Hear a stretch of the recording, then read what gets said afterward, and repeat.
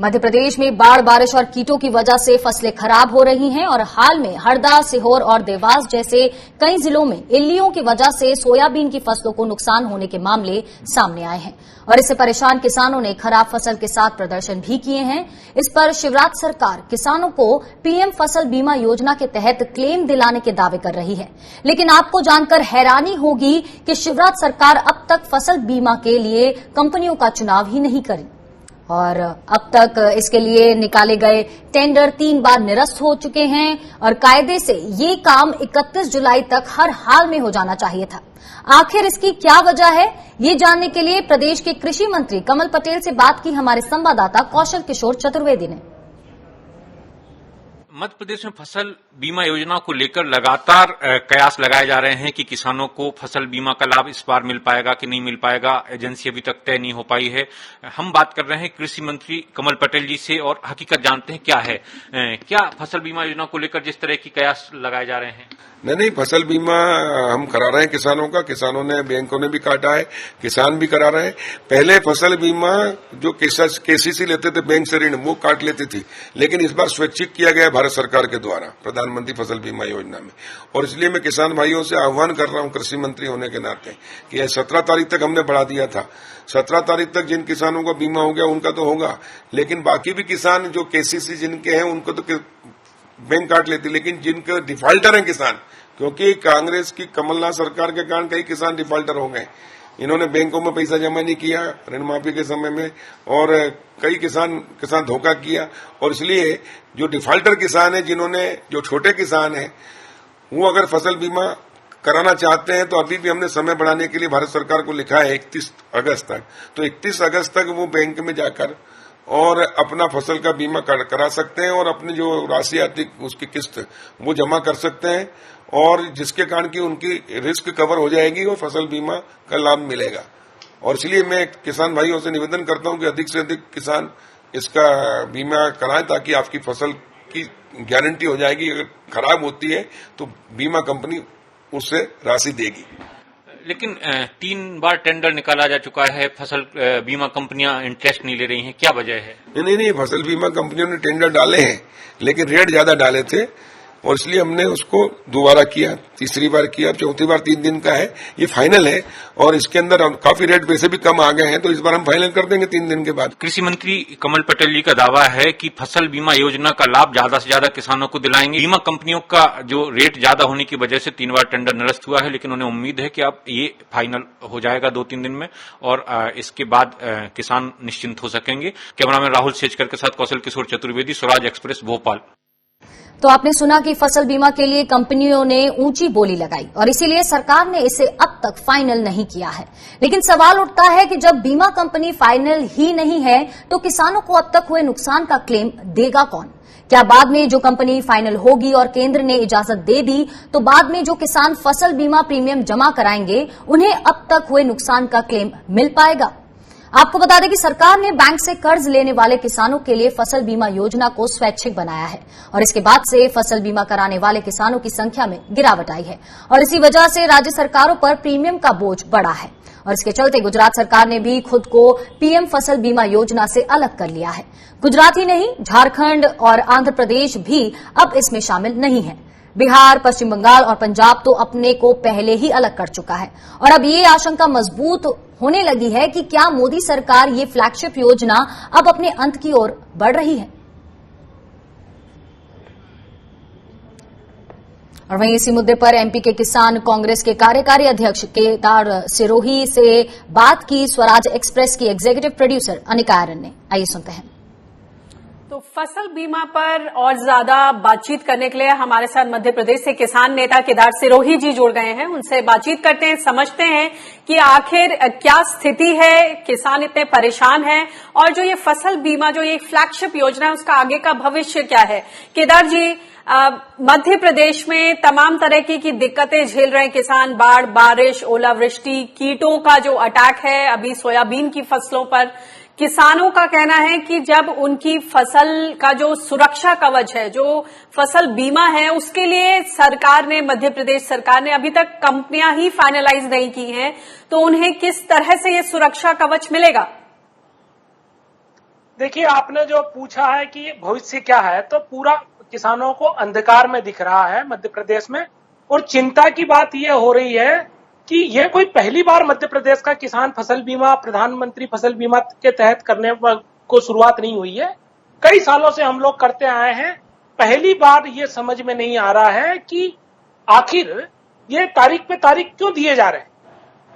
भाई, आज की तारीख में जब मध्य प्रदेश में पिछले 20 दिन से फसलें खराब हो रही है, इंसेक्ट के कारण फसलें खराब हो गई है, पिछली बारिश के कारण फसलें खराब हो गई, उसके पहले सूखा पड़ने के कारण खराब हो गई, तो दिनों दिन जो बीमा कंपनियां हैं ये टेंडर प्रोसेस आगे बढ़ाते रहे हैं। अब धीरे धीरे जो बीमा कंपनियां वो हमसे ज्यादा समझदार है, वो हर दिन प्रीमियम बढ़ाती जा रही है। उनको दिख रहा है कि फसलों का नुकसान हो रहा है, तो उनको किसानों को बीमा देना पड़ेगा। वैसे अभी तक उतना जितना प्रीमियम जाता है उतना अभी तक का इतिहास दिया नहीं जा रहा है, पर अब उस प्रीमियम की राशि वो दिनों दिन बढ़ाए जा रहे हैं और सरकार ये सोच रही है कि वो कम कर देगी। तो हम लोगों को ऐसा लग रहा है, जो मध्य प्रदेश के जो किसान फीलिंग कर रहे हैं, इधर समझ में आ रहा है उनको कि जो सरकार है उसमें तालमेल नहीं है जी। और तालमेल के साथ में उसके पास जो सॉल्यूशन होना चाहिए। सर, ये बताएं कि अभी हमारे संवाददाता कौशल किशोर ने वहां के कृषि मंत्री कमल पटेल जी से बातचीत की इस बाबत, और उनका ये क्लियरली कहना है कि 3 बार टेंडर्स को कैंसिल किया गया, अब चौथी बार टेंडर फ्लोट किए गए हैं, क्योंकि रीजन ये था कि कंपनियां बहुत ऊंची बोली लगा रहे थे। लेकिन जब से सरकार ने इस स्कीम को स्वैच्छिक किया है, ये तो पहले से ही पता था कि प्रीमियम की दरें बढ़ेंगी, तो इसमें क्या आपको कहीं ना कहीं एडमिनिस्ट्रेटिव तौर पर कोई प्लानिंग में फेलियर नजर आता है? देखिए, 100% फेल्यूर है ये। अगर ये फेल्यूर नहीं होते तो इससे पहली बार में ही टेंडर पास हो जाना चाहिए था। उससे हमारे सरकार को फायदा होता, मध्य प्रदेश की सरकार को ज्यादा कंपनियों को प्रीमियम नहीं देना पड़ता। तो ये टोटल एक तो क्या हुआ, हमारे जो कृषि मंत्री हैं वो आरोप प्रत्यारोप की राजनीति के माहिर माने जाते हैं। वो उनका जो पिछला 4 महीना गया है उसमें इतनी तकलीफ आई है। आप देखिए, मध्य प्रदेश में यूरिया का संकट रहा, फसलों पर खराबी आई, वो हमेशा कमलनाथ जी के ऊपर आरोप लगाते हुए दिखे। वो कभी अपने विभाग में झांक कर नहीं देखे हैं, अपने विभाग में मुझे कभी वो एक्शन मोड पे नहीं दिखे। दुर्भाग्य की बात तो यह है कि मध्य प्रदेश में जो अधिकारी हैं वो हमारे कृषि मंत्री को सीरियस लेते ही नहीं है। वो मूंग का ट्वीट करते हैं कि हम मूंग खरीदी की बात करेंगे, मूंग खरीदेंगे, मूंग की खरीदी नहीं होती है। वो खुद कहते हैं पत्र किसानों को, और किसानों के बीच में सभा में कहते हैं मैं 16 घंटा बिजली दूंगा, 8 घंटे बिजली मिलना मुश्किल हो गई। वो कहते हैं कि मैं मंडियों में सुधार करूंगा, मंडियों में जो तुलाई पर पैसा नहीं लगेगा, किसानों को तुलाई पर पैसा बढ़ गया। तो उनको कोई सीरियस नहीं ले रहा है। मुझे समझ में नहीं आ रहा आखिर मध्य प्रदेश में हो क्या रहा।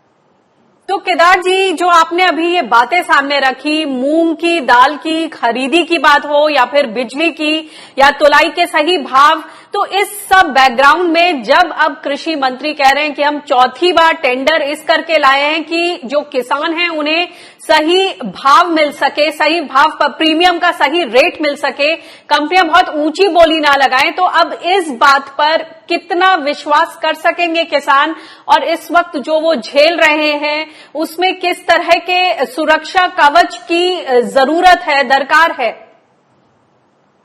देखिए, मुझे तो नहीं लगता कि किसानों को विश्वास होगा। विश्वसनीयता तो तब होती जब ये पहली बार में ही किसानों का जो टेंडर प्रक्रिया कर देते, किसानों का ज्यादा से ज्यादा बीमा कर देते, ज्यादा से ज्यादा किसानों को जागरूक करने के लिए मध्य प्रदेश में कोई प्लान लाते। तो मुझे तो विश्वसनीयता की बड़ी काफी कमी दिख रही है। रही बात सुरक्षा कवच की, तो पिछली बार भी सरकार ने मुआवजा दिया था किसानों को। जो वर्तमान मुख्यमंत्री शिवराज जी हैं, उनने पिछली बार उनका एक वीडियो सोशल मीडिया पे वायरल हो रहा है जिसमें वो कह रहे थे कमलनाथ जी को कि मैं 40 में होता तो 40,000 रुपए प्रति हेक्टेयर के हिसाब से सोयाबीन की जो नुकसानी हुई उनको देता। मैं आपको पूरे मध्य प्रदेश का बता दूं, अफलन हुआ है जी, कीट लगा है, बीमारियां लगी है। बहुत से जिले तो ऐसे हैं, खुद मैं कह रहा हूं कृषि मंत्री जी का जिला है जहां पर वो जिनको उनको 100% वोट करते हैं, ऐसे गांव हैं जहां पर पूरी तरीके से फसल चौपट है, आज तक कोई गया नहीं है, उनका सर्वे नहीं हुआ, जबकि अभी तक तो उनको मुआवजा मिल जाना चाहिए था। 3 किस्त में देते तो आज 33% का मुआवजा किसानों को मिल जाना चाहिए था। मेरा कृषि मंत्री और मध्य प्रदेश की सरकार से यही कहना है कि अगर वास्तविकता में आप किसान हितैषी है, आपको किसानों की पीड़ा है, तो ये सड़क पे क्यों आने दे रहे हैं आप किसानों को? आप किसान के बेटे हैं तो आपको पता नहीं है कि सोयाबीन बर्बाद हो चुकी है, मक्का में कीट लग चुका है, उड़द सड़ने की कगार पे आ गई है। सबसे पहले ये घोषणा करें कि हम लोग किसान को चिंता करने की जरूरत नहीं है, 15 दिन में उनके खाते में हम मुआवजा डाल देंगे और जो बाकी सर्वे का फसल बीमा का वो उसको कर देंगे। केदार जी, एक और दिक्कत ये एक चिट्ठी मैं पढ़ रही हूँ तहसील खातेगांव जिला देवास से भारतीय किसान यूनियन की, जहां इन्होंने इस चिट्ठी में इस बात को सामने रखा है कि सोयाबीन फसल का शीघ्र से शीघ्र सर्वे कराया जाए, नुकसानी का आकलन करवाया जाए जिससे किसानों को बीमा लाभ मिल सके। और एक और बात कि बैंकों द्वारा किसानों से खरीफ फसल के बीमे की प्रीमियम भी काट ली गई है। इससे पहले भी हमने इस तरह की केस स्टडीज दिखाई कि लॉकडाउन पीरियड के समय कुछ ऐसे लोग थे, ऐसे किसान थे जिनकी बीमा की राशि काट ली गई। किस आधार पर? जब कंपनियां ही फाइनल नहीं हुई तो ये जो गड़बड़ियां हैं ये कैसे सामने आ रही हैं? देखिए, अब इसमें तो मध्य प्रदेश अजब है, गजब की कहानी मुझे दिख रही है। आपने वाहन ले लिया है, वाहन जो शोरूम है उसने बोल दिया आपका बीमा मैं बाद में कर दूंगा। आप रोड पे गए और उसमें एक्सीडेंट हो गया या कुछ उसमें टूट फूट हो गई, तो अब वो बीमा कंपनी कह रही है कि मेरा तो बीमा हुआ नहीं है, मैं आपको टूट फूट का क्यों दूंगा। अब वही वाली कहानी किसान के साथ हुई है। अब किसान की पूरी फसल चौपट हो चुकी है, किसान को बड़ा नुकसान हो गया, उसका प्रीमियम कट चुका है बैंक में, परंतु बैंक ने सरकार की जो कह लें कि इच्छा शक्ति की कमजोरी, बिना प्लानिंग और बिना ज्ञान के अभी तक जो टेंडरिंग नहीं कर पाए हैं, उसके कारण वो अभी तक उस कंपनी में जो फसल का इंश्योरेंस होना चाहिए था वो नहीं हुआ। अब ऐसी स्थिति में जिनके खेत खाली रह गए हैं, देखिए मध्य प्रदेश में अभी कृषि मंत्री ने कुछ दिन पहले ट्वीट करके एक जानकारी दी थी कि 30-40% तो धान की फसल की बुआई नहीं हुई है हमारी। तो उन किसानों के साथ क्या होगा जिनकी सोयाबीन की फसल खत्म हो चुकी है, जिनको आज बखरना पड़ रहा है, उसमें नई फसल लगाने की वो तैयारी कर रहे हैं। ऐसे किसानों का जो सुरक्षा कवच है वो टूट चुका है और किसान पूरा प्रदेश का चिंतित तो ऐसा ही नजर आ रहा है इस सरकार में। जी, बहुत बहुत शुक्रिया इस इंसाइट और एनालिसिस के लिए। हम उम्मीद करते हैं कि कृषि मंत्री और उनके जो सहयोगी और जो अधिकारी हैं, जो पॉलिसी मेकर्स हैं, वो इस तरफ त्वरित रूप से ध्यान दें और अंततः किसानों को राहत मिले और सुरक्षा कवच मिल सके। धन्यवाद इस बातचीत के लिए।